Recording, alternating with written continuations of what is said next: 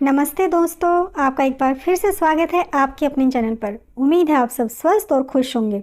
हम सब जानते हैं दोस्तों कि सनातन धर्म में पौष माह का कितना ज़्यादा महत्व है, क्योंकि पौष माह भगवान सूर्यदेव को समर्पित है। इसलिए इस महीने में सूर्यदेव की पूजा करने से खास हमें उनका आशीर्वाद प्राप्त होता है।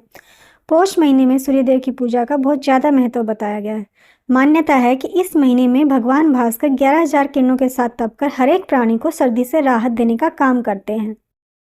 इसलिए अगर आप पूरा महीना पूजा नहीं भी कर पाए तो कोई बात नहीं। पौष मास के शुक्ल पक्ष की प्रतिपदा से लेकर पूर्णिमा तक सूर्यदेव की उपासना करने से व्यक्ति को धन, ऐश्वर्य और लंबी आयु की प्राप्ति होती है। इस दिन से भगवान सूर्य को हम जल चढ़ाने का नियम भी ले सकते हैं। यह नियम किसी मनोकामना की पूर्ति के लिए भी लिया जा सकता है।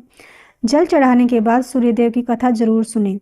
आइए हम इस वीडियो में सूर्यदेव की कथा सुनेंगे। कथा शुरू करने से पहले कमेंट बॉक्स में सूर्यदेव की जय हो जरूर लिखें। एक ब्राह्मण था। वह सूरज भगवान का बहुत बड़ा भक्त था। नहाता धोता कहानी कहता पर कमाता कुछ भी नहीं था। अब ब्राह्मण घर में रहता तो ब्राह्मणी उसको बार बार कमाने के लिए टोकती, जिससे वो बड़ा परेशान महसूस करता था। घर से बाहर जाता तो अड़ोसी पड़ोसी भी उसे निकम्मा बोलते। निकम्मा बोलने की वजह से उसे लगता कि मुझे लोग अपमानित कर रहे हैं बिना बात के। इसलिए एक दिन तंग आके वो नहा धो के अपनी पूजा का सारा सामान उठा के जंगल की ओर चल दिया। वहाँ उसने एक सूखे पीपल के पेड़ के नीचे अपना डेरा जमा लिया और वहीं पे पूजा पाठ करी और सूरज भगवान की कथा करी। वहाँ पीपल के पास एक सूखा सा तालाब था, लेकिन उस तालाब में थोड़ा सा पानी था। उस ब्राह्मण ने उसी पानी से अपना लोटा भरा और भगवान सूर्य को अर्पित कर दिया। पूजा का जल जो था वो बहकर पीपल और सूखे तालाब में भी आ गया। जल के जाते ही पीपल हरा भरा हो गया और सूखा तालाब भी साफ पानी से भर गया। उसी जल में सूर्य भगवान दिखाई देने लगे और कहने लगे, ब्राह्मण मांग, तू क्या मांगता है। ब्राह्मण बेचारा भोला भाला। जब ब्राह्मण ने ये सुना तो घबरा गया। उसने सोचा पीपल में पक्का कोई भूत रहता होगा। रोज जब वह पूजा करता तभी आवाज आती। सुन सुन के वो बेचारा चिंता के कारण दुबला होने लगा। ब्राह्मणी उस ब्राह्मण से कभी कभी जंगल में मिलने आती थी। एक दिन उसने ब्राह्मण से पूछा, क्या बात है, आप दिन प्रतिदिन दुबले हुए जा रहे हो। तब ब्राह्मण ने सारा हाल बताया। तब ब्राह्मणी ने कहा कि कहीं ऐसा तो नहीं सूर्य भगवान आपके पूजा से खुश होकर खुद ही आते हों। एक बात बताओ, क्या जल देने के बाद ही आवाज़ आती है। ब्राह्मण ने कहा कि हाँ। तो ब्राह्मणी बोली, मुझे लगता है सूरज भगवान स्वयं आते हैं। इस बार जब आवाज आए तो तुम सूरज भगवान से सब कुछ मांग लेना।